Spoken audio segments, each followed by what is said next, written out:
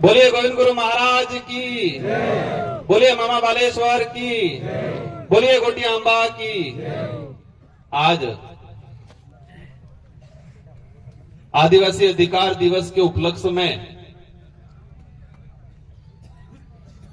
इस आदिवासी तीर्थ स्थल गोटियांबा के इस प्रांगण में आयोजित इस कार्यक्रम में विशेषकर सबसे पहले हमारे जो मंच पे विराजमान इस क्षेत्र के अंदर और पूरे देश के अंदर आदिवासी समुदाय, साथ ही पिछड़ा दलित, मानवता को लेके काम करने वाले हमारे गोविंद गुरु महाराज को नमन करना चाहूंगा। मामा बालेश्वर जी को नमन करना चाहूंगा। शिक्षा को लेके अपने प्राण न्यौछावर करने वाली वीर बाला कालीबाई कलासुआ को नमन करना चाहूंगा। हमारे पड़ोसी अभी वर्तमान जो राज्य मध्य प्रदेश है, उस इलाके में अकाल के दौरान जो बड़े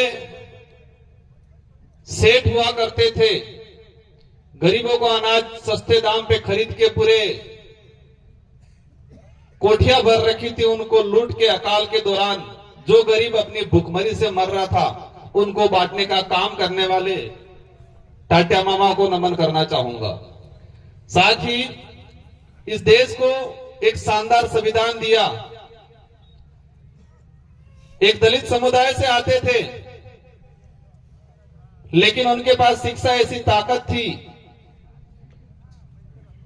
तो अंग्रेजी शासन काल में संविधान निर्माण की समितियां बनी और इसमें मुख्य भूमिका निभाने वाले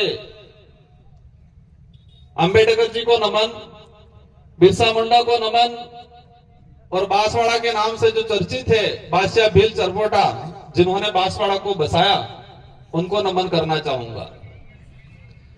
साथियों, आज का जो कार्यक्रम काफी चर्चित रहा। कुछ लोगों ने इस कार्यक्रम को काफी चर्चित बना दिया। किसी को लग रहा होगा, जिन्होंने चर्चित बनाया उनको लग रहा होगा हमने अच्छा किया, लेकिन आने वाले 20, 25, 50 साल बाद उनकी पीढ़ियां, उनके बच्चे पढ़ेंगे या सुनेंगे तो उनको बच्चों को शर्म आएगी कि हमारे बाप दादा ऐसे थे जो गलत रास्ते पे चल के इस कार्यक्रम को असफल करने की और समाज के रोड़ा अटकाने का काम करने का काम किया था। उनके बच्चे कहेंगे, हम नहीं कहेंगे। आज हमारा कार्यक्रम का मुख्य टाइटल, जो उद्देश्य था, विश्व आदिवासी अधिकार दिवस। 13 सितंबर 2007 को यूएनओ ने विश्व आदिवासी अधिकार दिवस घोषित किया, और वो विश्व आदिवासी अधिकार दिवस इसलिए घोषित किया, एक बात हमको समझनी पड़ेगी। इस भारत देश के अंदर विश्व आदिवासी दिवस है और राज्य सरकार ने इसका राजकीय अवकाश घोषित किया 2020 के अंदर। वो आप लोगों की बदौलत थी कि हम 2 विधायक चुन के गए और गहलोत जी की सरकार थी और हमने कहा इसको घोषित करो, और घोषित करना पड़ा। तो इस देश के अंदर विश्व आदिवासी दिवस मनाया जाता है और एक विश्व अधिकार दिवस मनाया जाता है आदिवासियों के लिए। तो इस देश के अंदर हर समाज रहता है, हर धर्म का व्यक्ति रहता है, और इस देश के अंदर हर समाज एक दूसरे समाज को मान सम्मान देता है। ये बात अलग है कि कुछ लोग जातिवादी जहर से प्रभावित होते हैं, जिनकी मानसिकता जातिवादी जहर से पोषित होती है। वो लोग जरूर एक इंसान को इंसान नहीं समझ के जातिवादी आधार पर नफरत करते, वो बात अलग है। लेकिन अधिकतर संख्या में इस देश में हर समाज एक दूसरे समाज को सम्मान पूर्वक देखता है। लेकिन कुछ अपवाद जो जातिवादी जहर से प्रभावित होकर उनकी मानसिकता प्रभावित होती है, पोषित होती है, और पोषित होने के बाद वो इंसान से नफरत करते हैं। तो इस देश में सिर्फ विश्व आदिवासी दिवस क्यों मनाया जा रहा है? और आदिवासी अधिकार दिवस ही क्यों घोषित किया उन्होंने? ब्राह्मण दिवस भी करना चाहिए था, जैन दिवस भी करना चाहिए था, मुस्लिम दिवस भी करना चाहिए था, यूएनओ को विश्व हिंदू दिवस के नाम से भी घोषणा करना चाहिए था, किसी अन्य धर्म के नाम से भी घोषणा करना चाहिए था, लेकिन किया है क्या?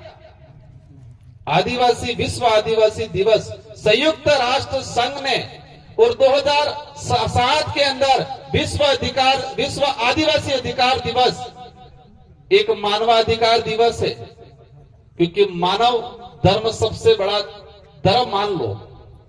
लेकिन आदिवासियों का दिवस इसलिए घोषित किया कि इस देश के अंदर नहीं, पूरे विश्व के अंदर जो स्थानीय जो ट्राइबल्स हैं उनके अधिकारों का शोषण किया गया आज तक। हमें संविधान के अंदर अधिकार मिल गया, आरक्षण मिल गया, संवैधानिक प्रावधान मिल गए संविधान में, लेकिन इसको धरातल पे आज तक लागू नहीं किया गया। तो धरातल पे अधिकार लागू कौन करेगा? जो विधानसभा लोकसभा में बैठने वाले लोग, सांसद और विधायक, और वर्तमान में या भविष्य में जो भी तत्कालीन सरकार रही होगी बहुमत में, कैबिनेट का अधिकार है कि संविधान में जो प्रावधान है उसको धरातल पे लागू किया जाए, लेकिन आज तक नहीं किया। मैं इस पांडाल में जो विराजमान सभी साथियों से जानना चाहूंगा, हालांकि ये राजनीतिक मंच नहीं है, न ही हम राजनीतिक पे चर्चा करना चाहेंगे, लेकिन हमारी समस्या जो पैदा हुई वो कहीं न कहीं इन्हीं कारणों की वजह से हुई। आज तक किसी भी राजनीतिक पार्टी ने क्या विश्व अधिकार दिवस मनाया? विश्व अधिकार दिवस, ये दिवस मनाया? संविधान के अंदर शेड्यूल 5 का प्रावधान है, अनुच्छेद 244(1) के तहत ट्राइबल्स को राइट्स दे रखे हैं। यहां पर कई प्रकार के आदिवासी की जमीन गैर आदिवासी सीधा नहीं खरीद सकता, ये संविधान में प्रावधान है। क्या ये दूसरी पार्टी वालों ने बताया? इस इलाके के अंदर रिजर्वेशन का प्रावधान, प्रायोरिटी आदिवासियों को दिया जाएगा, यह संविधान के अंदर 1950 में ही प्रावधान हो गया। क्या ये बात किसी ने बताई हमको? ये बात अलग है। कुछ लोग कहते हैं कि भैरव सिंह जी की सरकार आई और आज हमको यहां पर आरक्षण दिया ही, कहते 1995 में। यह बात सही है कि 1995 से पहले हमारे इस इलाके के अंदर कोई भी समाज का सरपंच बन सकता था, एमएलए बन सकता था, और जब ये पैसा एक्ट के संबंध में आंदोलन चले और 1994-95 के आसपास राजस्थान के अंदर भैरव सिंह जी की सरकार थी, बीजेपी की सरकार थी, इसलिए बीजेपी वाले कभी खुश होकर ये कहते हैं कि आरक्षण हमने दिया। ये सच्चाई क्या है? सच्चाई ये है कि सुप्रीम कोर्ट के अंदर एक याचिका दायर की कि संविधान में 1995 से यह प्रावधान है कि शेड्यूल 5 और शेड्यूल 6 का जो क्षेत्र है वहां पर शासन और प्रशासन में 100% रिजर्वेशन ट्राइबल को मिलना चाहिए। इसके बावजूद भी आप शासन के अंदर, मतलब शासन में सरपंच, प्रधान, जिला प्रमुख, एमएलए, एमपी, ये शासन हो गया, और प्रशासन मतलब अपने सरकारी नौकरी। तो संविधान में प्रावधान था और उसको लेके सामाजिक सेवी नॉर्थ ईस्ट का समाज सेवी था, उसने सुप्रीम कोर्ट में याचिका दायर की कि देश के अंदर संविधान के अनुरूप शेड्यूल 5 के प्रावधान लागू नहीं है, और सुप्रीम कोर्ट ने डंडा किया सभी सरकारों को। राजस्थान के अंदर उसमें भैरव सिंह जी की सरकार थी और कहा कि संविधान में प्रावधान है, आप लागू कहीं क्यों नहीं कर रहे हो, और उनको मजबूरन लागू करना पड़ा उस समय। इससे क्लियर ये होता है कि किसी पार्टी वाले ने आरक्षण नहीं दिया है। आरक्षण हमारे बाप दादाओं ने लड़ झगड़ के अंग्रेजों से, राजा रजवाड़ों से, मुगलों से संविधान के अंदर प्रावधान करवाया।